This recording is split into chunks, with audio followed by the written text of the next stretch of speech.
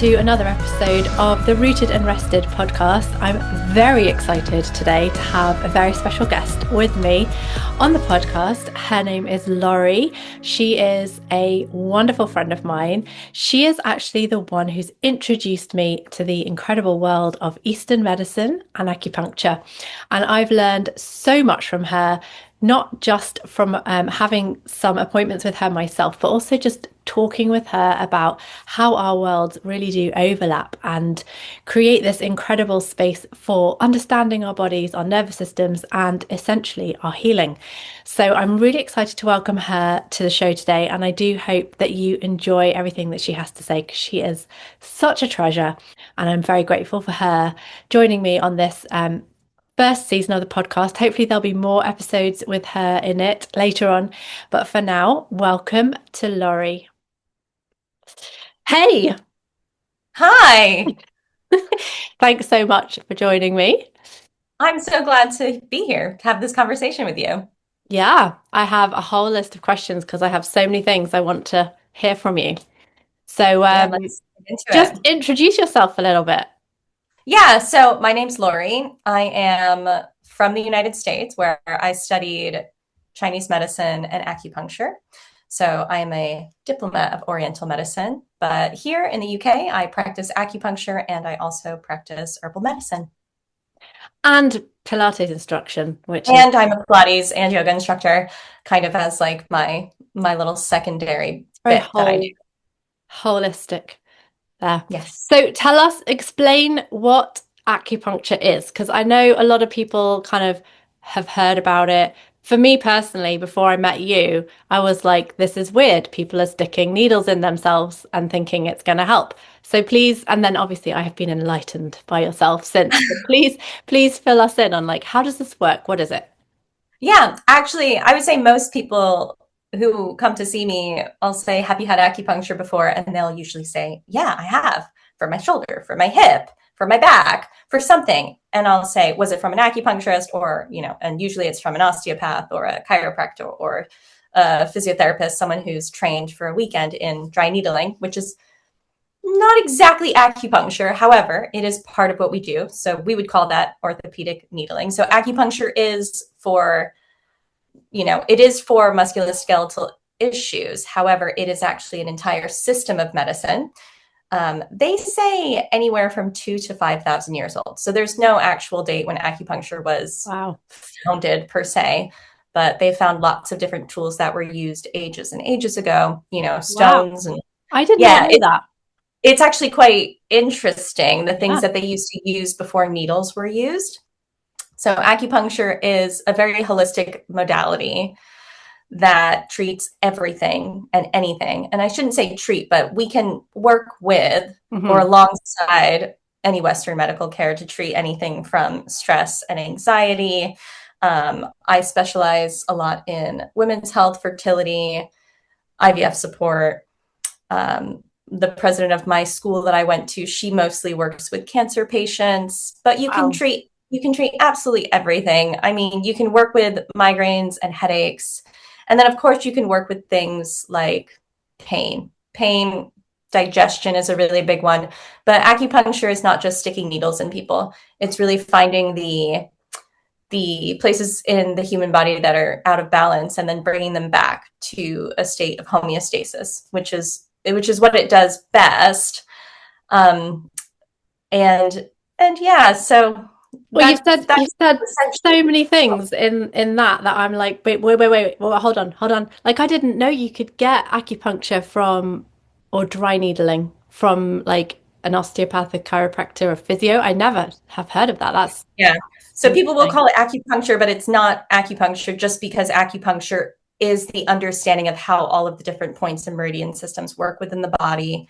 And dry needling is simply working with the musculoskeletal system. So it's Okay. essentially working with the muscles, the fascia, and kind of either twitch releasing muscles or working with different areas of the body to see if you can create some type of harmony, less pain, and Mm. pain modulation just through like the basic fact that needles inserted into the body create tiny little micro tears that bring endorphins to the space. So yeah, it's pretty effective for relieving pain, which is why people in the Western medicine world have brought it into their types of therapies, such as that. And it's one of the easier things to measure in meta-analyses and research studies. Wow, that's so cool. And tell me, please do, what did they used to use before needles? You That's can terrifying. see it's kind of strange. I don't know if they were puncturing the skin, but they used to use very, very fine like stones that they would carve down to tiny little points, but you could Wow. also use sticks. And not hygienic, essentially, but that's what is Yeah. recorded. In the very recent past, they were using like multi-use needles. So you'd use needles and then you'd put them into an autoclave and sterilize them and use them over and over again. Now we just use really, really fine, Yeah. sterile, single use. Yeah. And you can get them as, like hair thin as you'd like for everybody's comfort. We no longer have to use stones and sticks. This, thank goodness. I don't know if I'd have come to visit you if you'd have told me I'm going to shove a stone in your shoulder. But yeah, so okay, this is really cool. I'm so interested by this. What is the part about acupuncture that is most exciting to you? I think the most exciting thing is that I've really learned that the body heals itself, and acupuncturists and practitioners of Chinese medicine, we're just simply the conduits of the medicine. And I'm always surprised when I do something. I don't know why I'm constantly surprised over and over again, where I do something, the person leaves, and the next day they say, I'm completely better. And I'm just like, isn't that so strange and bizarre? And it's just because sometimes the body is just overwhelmed. I don't think we are living in a time that really respects like that we are part of nature, and we're constantly trying to like rail against what nature Mm. intends us to do. And really Yeah, all you need is just a little bit of balance and the body just corrects itself. So right. I'm just always fascinated by the medicine because whilst there is measurable, evidenced things that you can do with acupuncture, needling, and adjunctive techniques and therapies and herbal medicine where you can measure it, sometimes you do something and you're just like, I don't know why it works, but it does. Yeah. And maybe it's not the medicine that's so cool. It's actually just people Mhm. themselves. Humans are like just really resilient. And yeah. So tell me why you decided to do Eastern medicine instead of Western medicine, given that you're from the United States, which is Western. Yeah, I know. I'm practicing in the UK, which is also Oh, Western. yes. I don't really know if I have a good answer for that. Actually, when I was choosing between physical therapy, which is similar to a physiotherapist in this country, which is a doctorate of physical therapy or a degree in acupuncture. And I don't know why I chose acupuncture, to be quite honest. Actually, I do know. It was because I needed to take like an extra chemistry class to get into the physical therapy program, and I said, no, I'll pass. The good Because reason. I always thought acupuncture, my introduction to acupuncture was through injuries. So being a competitive cyclist for some years and having a lot of injuries, eventually I went from physical therapist to chiropractor to massage therapist to trigger point therapist, and then I tried acupuncture. And it was really helpful for one specific thing, which was a hamstring injury. And I thought, oh, that's so cool. And so I decided to go to acupuncture school, which, if you know anything about private post-grad schools in the United States, it's not a small commitment. It was quite a big Mhm. commitment, but I went in without knowing what it was. I went in without understanding what Eastern medicine was. But I did get quite a reality shock, the first semester realizing it's not just for pain, like Mm. most people think it is. So I can relate to everyone who says, oh, I've been to acupuncture and it was dry needling, because that's what I thought it was. And I think over time, I understood that Eastern medicine was much different than what I ever thought it was. So I didn't choose it particularly. I kind of fell into it and then fell in love with it the more I learned about it. And being someone who was raised by a crunchy mom way before it was cool, I think it was always kind of deep within me Mm. that, a holistic view of the body Yeah. is much more sensical. And yeah, it just feels a bit more home than Western medicine that kind of takes the body and divides it into different organ systems that don't have any connection Hmm. with anything else. And not only that, but the mental, the spiritual, the emotional body, and the physiological body. And having those things combined, I think is absolutely invaluable. Yeah, I agree. I completely agree. I know you So, do. so I think that's one of my pet peeves is this separation of, well, for me, with what I do, it's more the mental and physical being separated and the impact of treating them completely independently that I think is just so damaging. But I was going to ask you, one of the things that you said earlier about you get surprised when a client will be like the next day, oh, I just feel so I'm better. I'm just better. Um, do you find that sometimes something I've noticed with clients is sometimes it's just the interruption itself that gives the body the opportunity to reset itself? Do you find that with acupuncture because you're kind of approaching the body while it's holistic, you are kind of physically dealing with it, hands on. Do you find that sometimes is the same story? Yeah. And I don't just find that as a practitioner. I find that as someone who's gotten many acupuncture treatments, is sometimes you just need to stop running and take a moment for Mhm. yourself. Let someone put their hands on you and just let yourself receive something. So, Yeah. yeah. And one of the things I know I've said to you in the past is, if someone says, "Is this placebo medicine?" And I don't have an answer. I mean, there are answers for it in case studies and meta analyses that no, it's not just placebo. Hmm. But even if it was, Yeah, why it does it doesn't matter? matter Yeah. because the person has gotten better. And that is really the entire point of it. Yeah. And one of the things that I know you'll really understand is that when you have acupuncture, it brings your body into a parasympathetic state. And we know that healing does not happen in the sympathetic. It does not. Hmm. So if you can bring someone's body down and you can down regulate the nervous system, that's where healing happens. I mean, sometimes that's all the person needs. Sometimes they need a significantly Hmm. more, something more than that, but that's where the healing will begin, if not begin and finish. Yeah. I love that you've brought that in. So I was going to ask you, how do you feel acupuncture works with nervous system regulation? Gosh, I mean, I don't know if I would say it works with it. I say it is nervous system regulation. Mm. Whether or not someone's coming in for nervous system regulation, no matter what I do, if you're on the table and you're getting treated for pain, you're getting treated for headaches, you're getting treated for IBS, you're getting, preparing for an IVF cycle, honey, we are down regulating your nervous system, whether we want to or not. It is just normal. It's just going to happen. And that is honestly one of the most important parts of the medicine, I think. You come there, sometimes some people have like, I don't know, like a knowledge, like their body's been on that table, they've had the acupuncture, and sometimes people come in just knowing. They walk in the door, they get on the table, and they're just like, oh, okay. And like their body's already down regulating itself because they know, that kind Yeah. of like, I don't know if it's muscle memory, mental muscle memory. But yeah, it's a part of every single treatment without a doubt.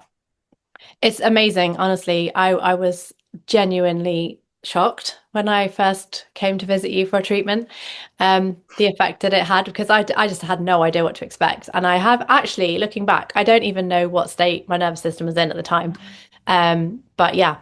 So, show it so if someone was to come to you and they wanted to have a treatment for chronic stress, um, nervous system, one of the things I think that is kind of shifting in, well, it's definitely become more trendy. I don't know if that's a good thing or not, because it also comes with all kinds of misunderstandings and misconceptions.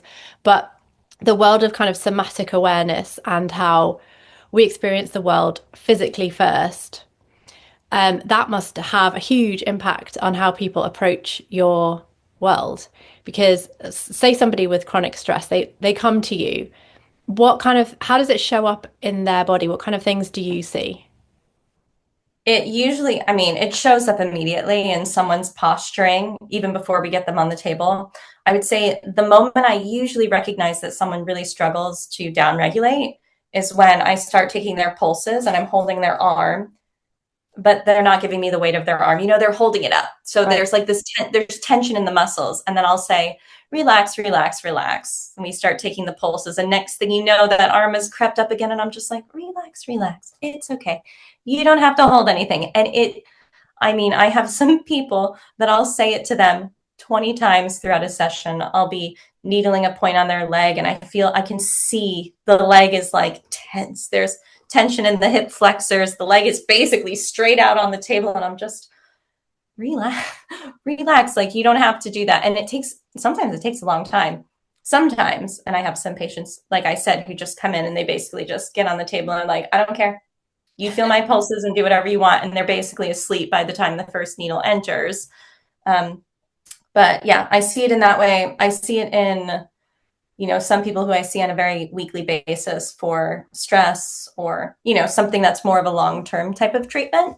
Usually Mm. it's a cyclical pattern where things will get better after the treatment and then it happens again and again. And a lot of the time, I don't know if you've ever journaled, but it's almost like when you see a patient every single week for months on end, it's almost like reading their little journal. And it's every week, it's kind of the same thing, and they're not able to, let go of that. And it comes up again and again. And there's nothing wrong with that. That's how we process things.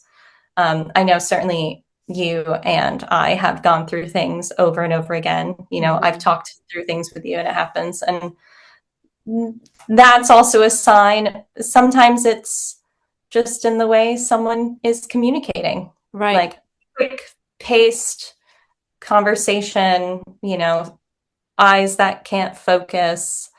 And a lot of the time, it's really just quite simple and quite obvious to see the changes in the person from when they walk in to when they leave. But Yeah. then it's the time and the space between having a treatment and coming back where has anything changed, Mhm. or are they going about the same things in the same way? And yeah, does it continue or do they break a cycle? And I think that's where the hardest work is. My next question was going to be, do you find that you talk with people about like if they're carrying stresses or traumas or responses to life in their body and you're dealing with their body? Do you ever have conversations with people about trying to understand that? I have to stay in my lane. I'm not a therapist. I'm not a coach. I can listen. I can point out when things, I can point out when someone's holding tension somewhere and say, it still looks like over here. Or I can still hear that it's, something's happening over here. But it's not my place to give guidance. So, but yeah, it is my place to point it out and see if people notice because sometimes you just need a mirror. So true. So true. Do you think that your clients realize how much they're carrying in their body when they come to you, or do you kind of have a mix? They don't have any clue. I have a lot of people who don't have any clue, and that doesn't surprise me at all. Right. I have a lot of people who know they're holding on to a lot, who have a lot of stress, and who are literally living their lives in a state of constant stress, Hmm. who know it, but they just keep going and they're like, this is fine, or this is a badge of honor. Don't get like what'll happen if Yeah. I don't beat myself up for something, then I'll just slack. I'll just not do whatever I want to do. So yeah, there's that. But I'd say more often than not, most people don't realize that they're holding on to as much as they're holding on Yeah. to.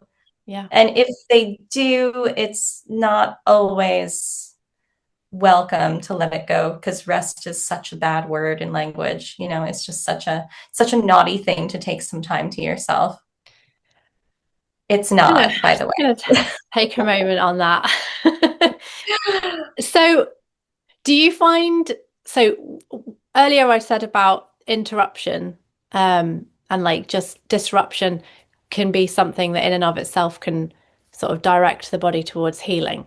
Um, do you find that the same thing happens with like emotions Like if you interrupt somebody's, because the body is carrying all this tension and all these things, whether it's trauma or stress or whatever, it's carrying so much. And sometimes when you address it or interrupt it or disrupt your body's way of coping, all kinds of things can come out. Do you ever have like emotional meltdowns happen from clients? Oh my gosh, yes. It's a very welcome space. I'll take it as a compliment if someone cries on the table because they feel comfortable, their body feels safe. And yes, I mean, I would encourage that completely. That's awesome. That's really cool. Yeah. It kind of what you're talking about kind of reminds me of the Gestalt way of thinking. I think maybe Gestalt psychology, where it's like interrupting thoughts to like kind of change Mhm. the pattern. Um, yeah, I don't personally do that, but I do find people, are able to, I, d- you know, I do think that's a really really good sort of somatic led way of dealing with unhelpful thought patterns is to interrupt a mental train of thought with something physical. And it puts the whole body fully, the whole system onto a different kind of trajectory. yeah. And I think this is why I react to the mental health, physical health separation because you need the two to work together to be healthy. And I don't see that happening in, well, maybe it's all Western medicine, but it's certainly within the UK and the NHS. It's Mm. very sort of segmented and totally separate. Um, so I it intrigued. I mean, the fact that someone would come to you for back pain, lie on your table and end up crying, um, not because they're in more pain, but because they feel some sort of emotional release, says that you can't separate all these things out from each other. They're all so connected. No, you're right. And I should also say that one of the places that I work at is an osteopathy clinic, and the osteopath there is brilliant. She's been doing it for years and years and years and years. And she sends me a lot of patients who are in pain who she's been working on. And, she gets to know them, she speaks to them, she works on them, and she doesn't, eventually it plateaus. Mm. And then she'll send me a voice clip and she'll say, "Hey, I've sent you a patient. There's an emotional component to this. I can't move the needle. I need you to, we're going to need however many acupuncture treatments. Like, listen to the story, tell me how many she needs, and then send her back to me." So, so a lot of the time, like going along with that, sometimes the pain needs, I mean, sometimes the body is physically holding on to the emotion, Yeah, essentially. And yeah, sometimes we need to work through that mental, emotional aspect before we can move the needle, so to speak. literally with you. Literally, yeah. Yeah. So, one of the things that I very regularly see is people either who have absolutely no idea about nervous system regulation or they do know something about it, but they don't know the impacts of everything around them and how it affects their nervous system. So, in your world, do you find people's environment is the environment, the surroundings, the setting, the way that we kind of move through our lives, does that affect your clients? And do you find that showing up? Oh, yeah, absolutely. I mean, you're definitely the expert to speak on this one. I don't know how much I can add to this conversation, but yes, mostly in the people who don't get outside, who sit at a computer all day, and that's not an environment that's conducive to any sort of health, Yeah. as we're sitting at our computers talking to each other, you know, being inundated with all of this artificial light and, stuff like that. And then people's environments, work environments, home environments that create a lot of stress or things that just aren't working. Yeah, absolutely. Absolutely. Carry it in their body. Yeah, and in different ways. Not everyone carries it the same. Everyone thinks, "Oh, I carry all my stress here." But a lot of the times I see them and I'm like, "Yeah, okay, there's tension here, but like, let's look somewhere else too, because honey, everything is just like Screaming. gripping tight." And yeah, and often it's a lack of, it's a stagnation. It's what we would call like stagnant chi. Like everything's kind of just pent up, frustrated, and it's usually because the environment, I mean, being able to move that chi is like necessary. So moving your body, getting Yeah. out of your space. Yeah. Yeah. But I think as far as speaking about that, I would defer to you with that question. Well, you've kind of nailed the big ones, light, nature, um, the posture all day with, I mean, I am terrible with that. I'm on my laptop all day, but at least I'm sitting in front of countryside in natural light and often have all the doors open. But I know a lot of people don't have that privilege. Mhm. And it's very difficult to take care of yourself when it's not prioritized in the same way by your your manager at your office, or you can't, people are very limited in what they can create for themselves in their life. And I think I wish people understood a bit more about how these things impact their health so they could make the most of it, at least, even if it's not perfect. Um, Yeah. I have two more questions for you, and then I think our time is going to be running out. Um, what are the things that people get surprised by? Oh gosh. Are they surprised that they feel better? Do you get people that come quite with a negative kind of, oh, this isn't going to help? Yeah, so I think first I was gonna say I think people are surprised that acupuncture doesn't hurt, or like a lot of the times you can't feel the needle insertions, and they always go, "Oh, is it in?" Yes, yes. So that's usually surprising. Secondly, what you said is usually the other surprise, um, that they're getting better in some aspect of their lives, um, but not, not everybody. Mm, for sure. But I think Yeah. people are surprised that acupuncture treats more than pain. That's probably the biggest thing, is that people think that acupuncture is simply just to relieve pain. Most people, 75% of the people I see come in because they have neck pain, back pain, mid back, low back, hip pain, numbness, tingling, shoulder pain. Like, it's just pain. People come in for pain, arthritis, and I'm like, how's your digestion? And they're like, why are you asking me that? I'm like, oh, because it's all, how's your sleep? How's your menstrual cycle? And they're like, what? I'm here for my shoulder. Why are you asking me this? But I think that's maybe one of the more surprising things, is that acupuncture is just a whole body system. Yeah, for sure. I've definitely been surprised by some of the things you've said to me. Oh, I'm just going to do a thing on your ankle, which will help your shoulder. And I'm like, Oh yeah, okay. on your leg, yes. I'm like, yeah, but it's up here, not down. Yes. You do you. But it worked. So, hey, I trust you. And finally, if people learn to listen to their body, how do you think their health would be different? Oh, I think they would slow down immensely. I think everyone would take a breath. I think everyone would change the way that they're moving through life and the way that they approach work. And yeah, yeah, I just agree. I agree. I think that there's a whole thing of like slow living. And I find myself, Instagram will tell me how to do slow living. And I look at it and I think, I don't want to bake bread every day. I don't want to have I do want chickens. I'll take the chickens, but I don't it's become like this lifestyle thing of the lady that walks through in her dress with an apron on that has ducks, chickens, and goats in tow. oh, I think Going, I know which account you're talking about, and I do there's envy her a little there are bit. many accounts, and part of me looks at that and goes, "Oh, that looks so great." But the reality is, I would hate that. But I don't want to throw the baby out with the bathwater because the baby has to take the bath in the tin can in the front garden in this world. Um, Yeah. I want, Or in the sink in the yeah, or kitchen. the sink with the ducks. Um, I think it's the idea of the space.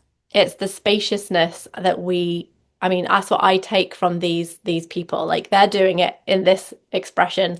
For me, I'm an entrepreneur. I want to kick ass every day in my business. How do I do that spaciously where I'm not having to bake bread and feed the ducks and all of that, but I can still have my business but do it in a way that is actually slow, that has space in it. And that I think is my kind of daily wrestle of how to be this hyper focused, super like really want to go for it person, but also I know I need the space, and then we do need to slow down, and we need to have that breath that we don't take for weeks on end. So how do you implement that in your life? How do you deal with that? Yeah, I definitely do. I try my best being a business owner and also teaching multiple fitness classes throughout the week.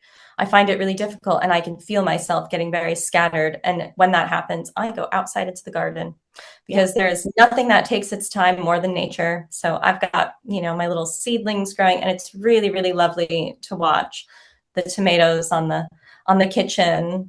They're not quite sprouting yet, but they will be. That's the kind of stuff. I think it's connecting with nature. It's giving yourself time and space. I've met so many people just in the town that I live in, coming off the train in Charlbury after a long week in London. And they're just like, don't have time to do this. Gotta go. We stop, we talk. And it's like, oh my gosh, I'm just absolutely crazy, but I can't stop. Secretly, I love it. And I'm just like, you have cortisol face. Yeah. I was like, you might think, gosh, that sounds so mean and judgmental, but it's not meant to be. It's just, you might think you love it. You might think that this is a badge of honor to wear, that it's like life just is like one thing after the other all the time. But actually, your body is telling you, oh my gosh, please stop. Yeah. You're infertile. Like, you're having painful periods. You don't sleep. Like, does this really feel good? Can you take a moment, step back and be like, what is it that I can change about what I'm doing that's going to fix one of these things? Yeah. Just one. And it doesn't have to fix it, just like to improve. Like, is there something you can do so that when you go to sleep at night, you fall asleep and you're not up until 2 a.m. on your phone scrolling? Or so that you don't have a week and a half of PMS before you start your menstrual cycle? Is there one thing that you could do? And usually that thing is just literally slow down. You do not have to wear this, like, this is your pride and joy that you can work for 50 hours a week on 4.5 hours of sleep a night, and you can raise your family, and you can do the cooking and the shopping, and you're mad at your husband. Oh my gosh, I'm just singling out women here, but this is not just about women. This is literally everybody. Men who feel like they have to just constantly be the provider and just, I don't know, maybe just start thinking about how rest is a good thing. Taking care of yourself is really good. Like, living with the seasons when it's dark outside. Like, rest. And that was one of the things I noticed myself reacting to in the new year this year. I've never batted an eyelid at the whole concept of New Year's resolutions before. I haven't always set them, but it's never bothered me. This year, I was like, hold on, we're in the depths of winter. There's like, everything is dead outside. I'm supposed to be hibernating. Leave me alone. And I just kind of like didn't engage. And I'm so glad that I didn't, because all the pressure was gone. And it was, it just felt good. So I agree. And our time is coming to an end. So I need to just say thank you so much. Really appreciate the chat. And hopefully we can do it again sometime. There's lots. And thank you for having questions fired at me. This was great. It's always nice to talk to you. And I appreciate it. I appreciate our work really combines quite well in our viewpoints. So great. We'll do it another one sometime together. Sounds like a plan. Awesome. Thank you so much to Laurie for joining me on today's episode. Her business details are all going to be included in the show notes. And if you live in the Cotswold area, I do strongly recommend that you check her out for an appointment to do with anything that you fancy. There could be a pain issue, but it could just be a pampering session. She is fantastic.